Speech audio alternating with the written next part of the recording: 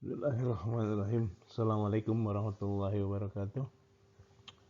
Kita mulai pertemuan pertama dengan materi pengertian dan ruang lingkup ekonomi manajerial.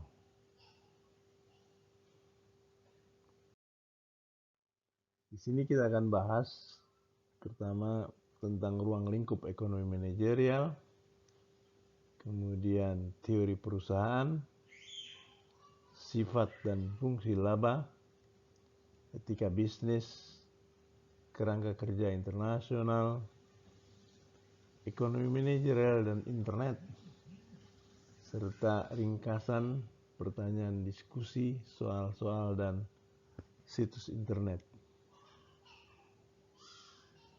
Ada lampiran di bab ini, yaitu tentang dasar-dasar permintaan, penawaran, dan keseimbangan, baik keseimbangan kuantitas maupun keseimbangan harga.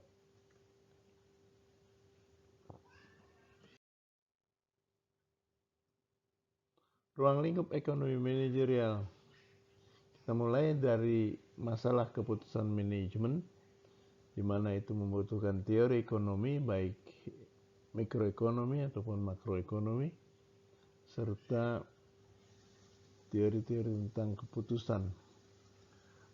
Ekonomi makro itu terkait dengan tingkah laku agregat yang melihat perekonomian secara keseluruhan.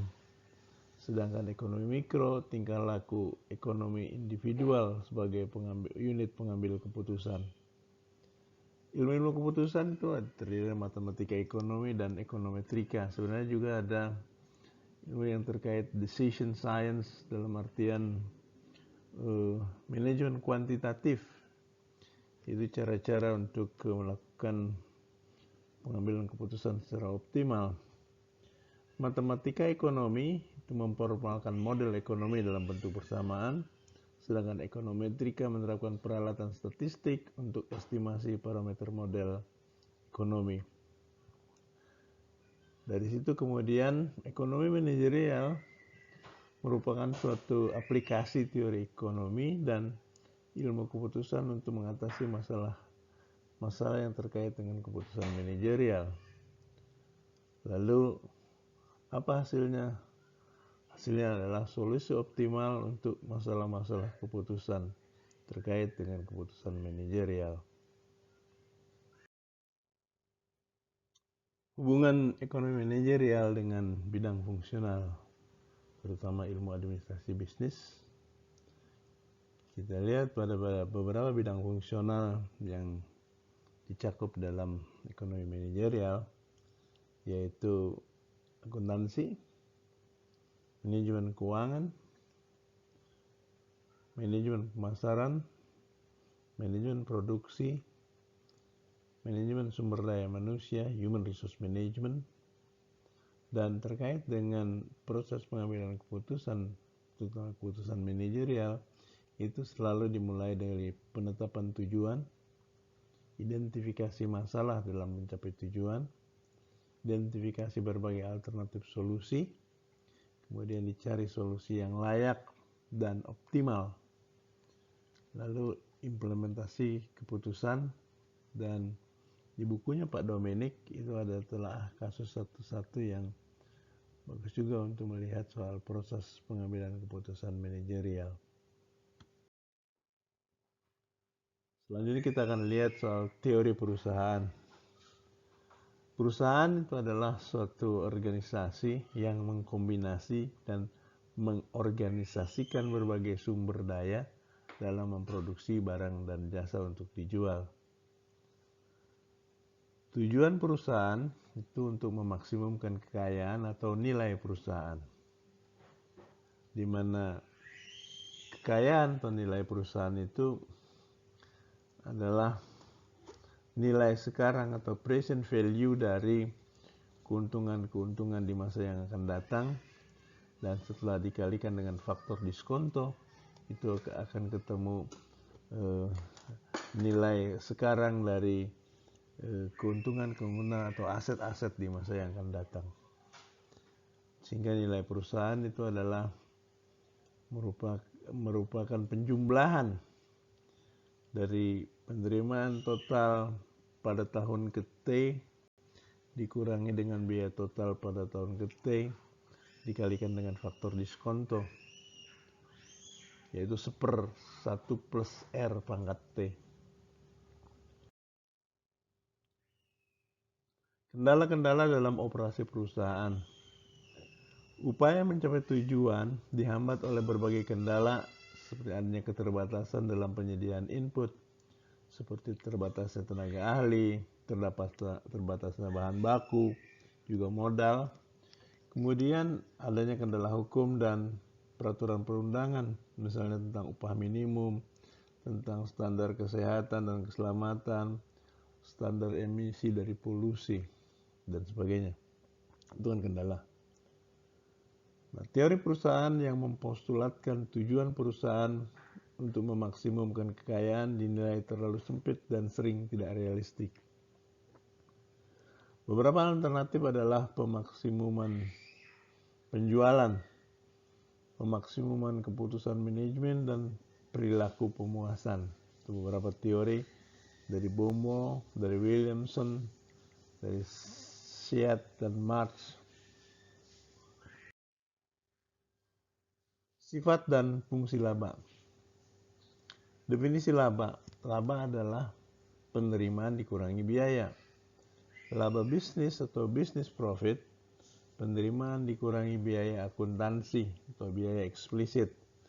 Sedangkan laba ekonomi atau economic profit adalah penerimaan dikurangi biaya eksplisit dan biaya implisit.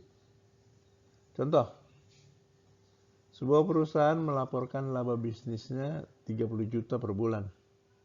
Tetapi sebenarnya sang pengusaha dapat memperoleh penghasilan sebesar 35 juta per bulan dari bekerja di perusahaan lain dan modalnya bisa menghasilkan 15 juta per bulan jika diinvestasikan di bisnis lain. Jadi ini ada hitungan laba bisnis dan ada hitungan laba ekonomis. Secara ekonomis, sebenarnya di sini kita lihat si pemilik bisnis itu kalau dia kerja di tempat lain, dia dapat 35 juta dan uangnya untuk modal usaha itu bisa menghasilkan 15 juta. Jadi sebulan dia dapat 50 juta sebenarnya kalau secara ekonomi. Tapi karena dia menekuni bisnisnya, dia hanya dapat 30 juta per bulan. Jadi secara ekonomi sebenarnya dia rugi.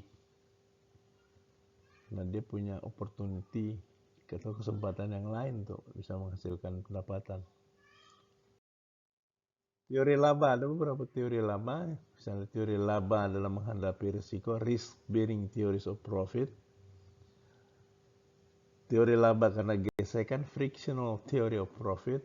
Teori laba monopoli, teori laba inovasi, dan teori laba efisiensi manajerial.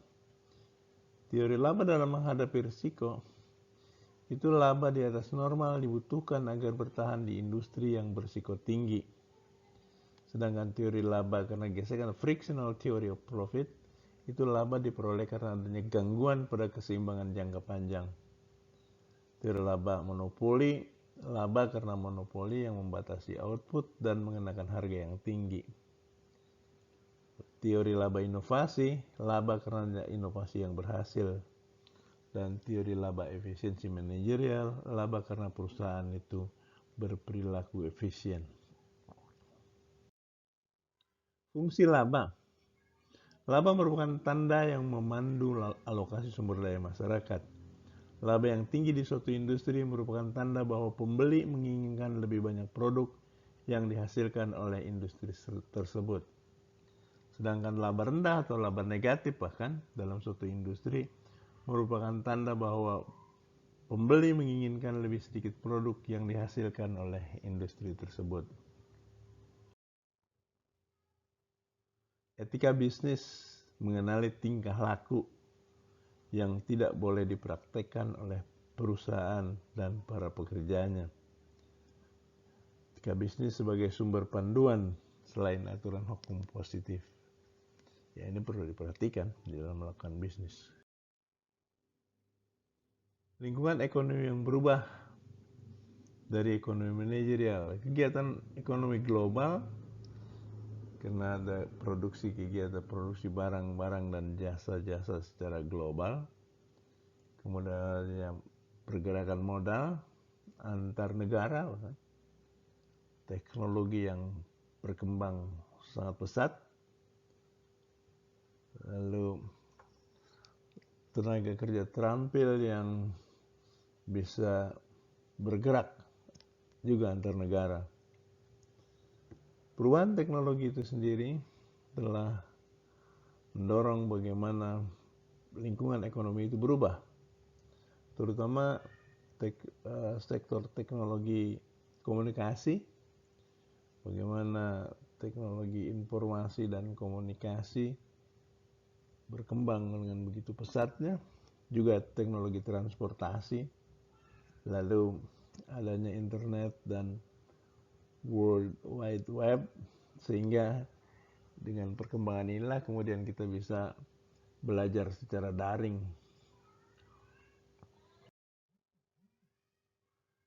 Selanjutnya di bab 1 itu ada ringkasan. Saya kira bagus juga sebelum saudara pelajari lebih dalam, Anda baca ringkasan dulu. Jadi ringkasan itu Anda baca pertama kali, kemudian setelah semua saudara explore di dalam body text pada bab tersebut, saudara kembali baca ringkasannya. Kemudian ada pertanyaan-pertanyaan untuk diskusi, bagus juga jika ada untuk beberapa kelompok, mungkin terdiri dari 3 sampai 5 orang, saudara jawab pertanyaan-pertanyaan diskusi itu melalui satu proses diskusi. Kemudian ada soal-soal, ada 15 soal termasuk soal gabungan. Kemudian juga dicantumkan alamat situs internet. Saya kira untuk pendahuluan ini demikian di bab 1-nya dari bukunya Pak Dominic Salvator. Terima kasih. Assalamualaikum warahmatullahi wabarakatuh.